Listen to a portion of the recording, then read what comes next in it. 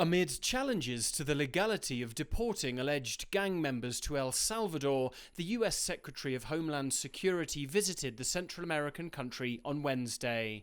Kristi Noem's trip included a stop at the terrorist confinement center, to which her administration deported around 250 Venezuelans accused of membership in the notorious Tren de Aragua gang, individuals Noem described as dirtbags and the worst of the worst.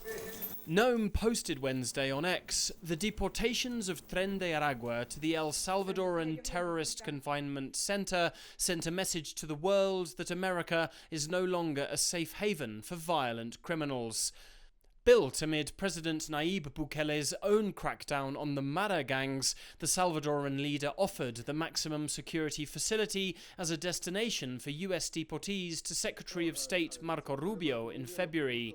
The Trump administration took Bukele up on the offer by invoking the Alien Enemies Act, legislation last used during World War II, and a decision now facing numerous legal challenges by families who insist their deported relatives do not belong to any gang.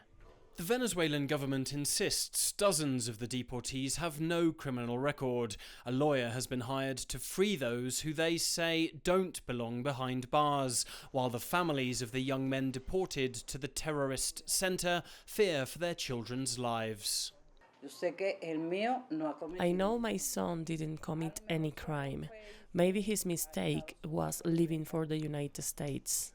President Trump has praised his Salvadoran counterpart for his, quote, leadership in the region. Now in his second term, Bukele's gang crackdown has transformed El Salvador from what he said was one of the most dangerous countries in the world to one of the safest. Salvadoran security analyst Misael Rivas says the US visit by the Homeland Security Secretary is a show of support for Bukele's hard-line approach. This US visit to the place where it has sent its deported criminals is a show of confidence in El Salvador. It shows that we are doing something positive for our population and the world as a whole. Noem will leave El Salvador for official meetings in the coming days in Colombia and Mexico, both countries facing nationwide security and deportation issues of their own. Alasdair, Baverstock, CGTN, Mexico City.